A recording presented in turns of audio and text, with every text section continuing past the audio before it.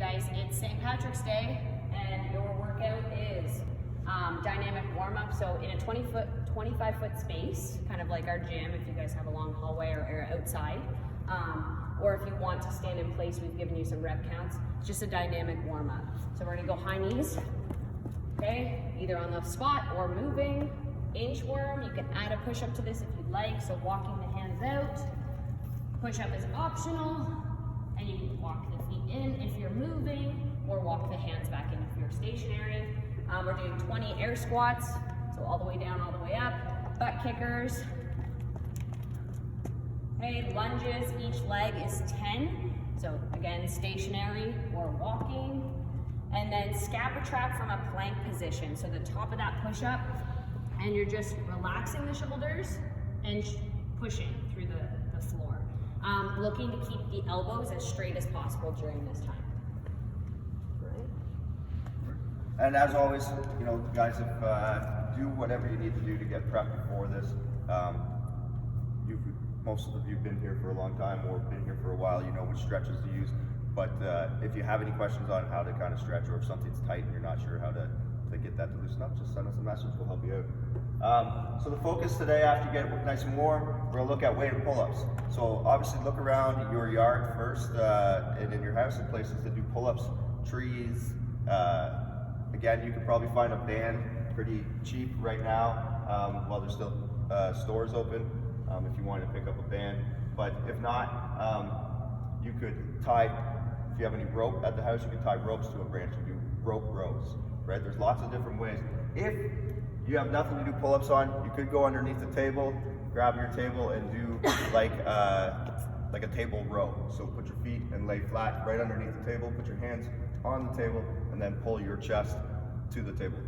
If all of that doesn't become a possibility, what we would like to see you guys do maybe is do a set of 5 by 10 left, 10 right, of bent rows. So keeping a nice flat back. If you've got dumbbells, you can row them like Steph does, but we can basically row anything. So you can do one, but just dropping the leg back. The key is keeping the shoulders square and the hips square. So what we don't want to see is that round back, or you know, like a kipping motion, trying to swing the dumbbell. It's too heavy. If you get to that point, the dumbbell's too heavy, you'll have lots of time to build up your accessory strength in the next couple of weeks. You could use a bag full of books, or another option is if you have paint cans at home, you fill them with water if they're full because you never got around to painting like me, then this would work just as well. And again, be creative. There's lots of different ways to challenge grip by adding rope to things or chains to things. So look around your house, start thinking outside of the box of what you normally would see in the box. So after you get through that, so the weighted pull-ups will be sets of 3, 4 sets of 3. You can weight again. So you can weight anything by holding something between your feet or putting on 15 snowsuits. And then we're going to be coming into the WOD. So the WOD's 3 rounds for time. It's a 200-meter run. Obviously, you don't have an exact 200-meter run route, but find yourself that's going to be definitely under 2 minutes. It should be closer to the minute mark. And then you're going to have 10 one-arm overhead dumbbell squats. Then again, this can be done with a bucket, this can be done with a bag, be done with a dumbbell. Keys, yeah, 5 per arm. So you do 5 on your left, 5 on your right. Yeah, and then we can scale this with a front rack. The key things we still want to see, making sure you have an active shoulder, right? So we're staying active, we're pushing up on the dumbbell the entire time. We're not relaxing and letting that. Steph's showing her armpit forward. And then when she squats, the hips are going back first, and then she's sitting back into that squat, keeping it under control, keeping everything nice and tight, and then driving through the heels to get back up.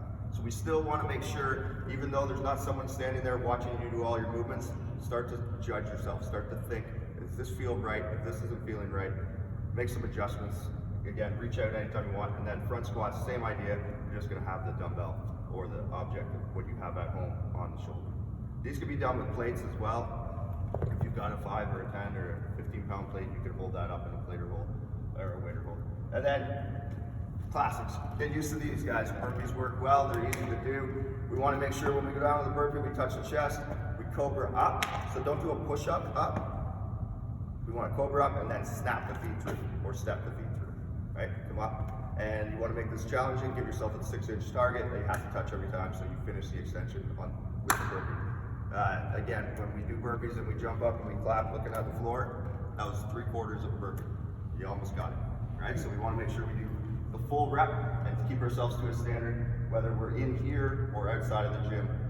Keeping yourself to a good standard is always a great practice in general. Do you want to note on this? Nope. Post your videos, guys. Keep us in the loop. We want to know you're working out and you're moving. Happy St. Patty's Day. St. Patty's Day.